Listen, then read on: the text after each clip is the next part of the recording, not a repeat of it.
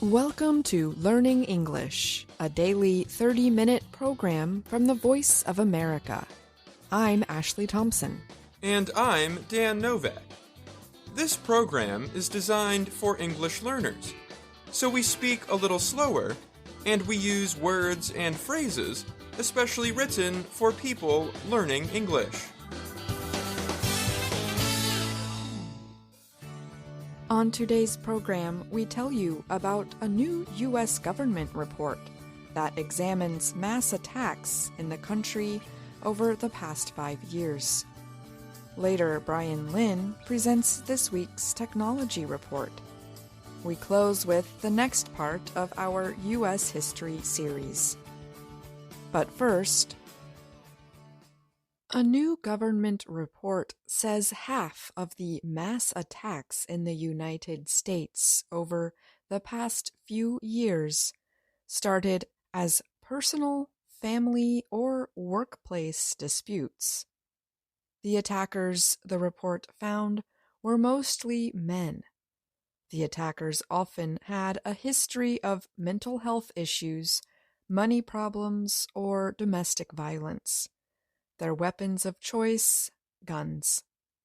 The report was released Wednesday by the U.S. Secret Service's National Threat Assessment Center.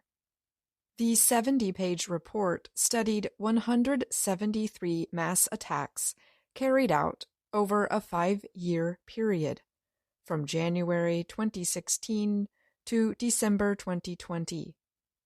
The mass attacks happened in places such as businesses, schools, and religious centers.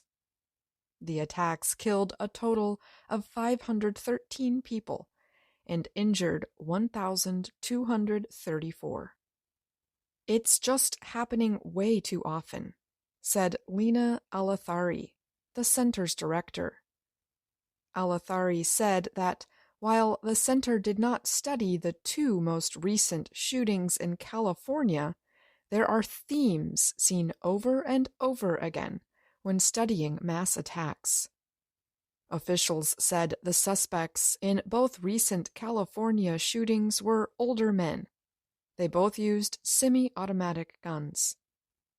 The report is the latest in a series undertaken by this center to examine mass attacks. Earlier reports examined the years of 2017, 2018, and 2019. But the new report noted that it examines several years of data, which offers more in-depth analysis of the thinking and behavior of mass attackers.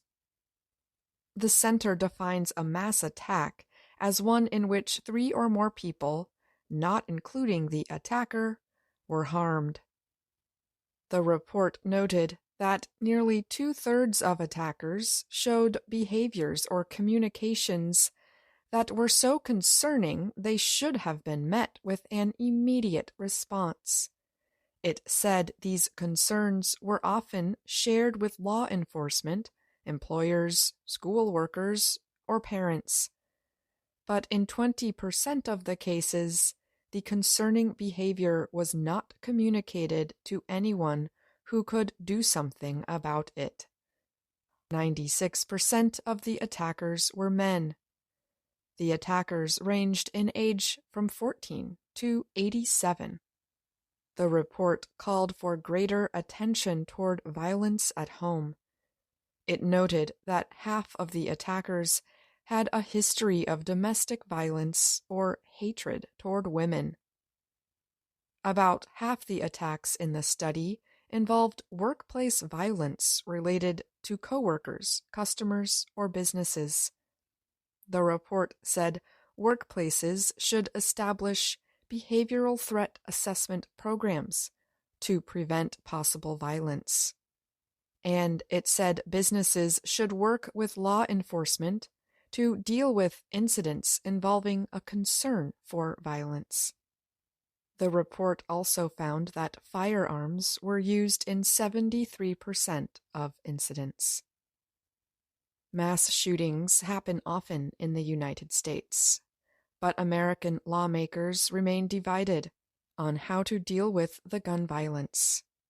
Democrats are calling for more gun control measures, while Republicans' calls center on mental health and increased security.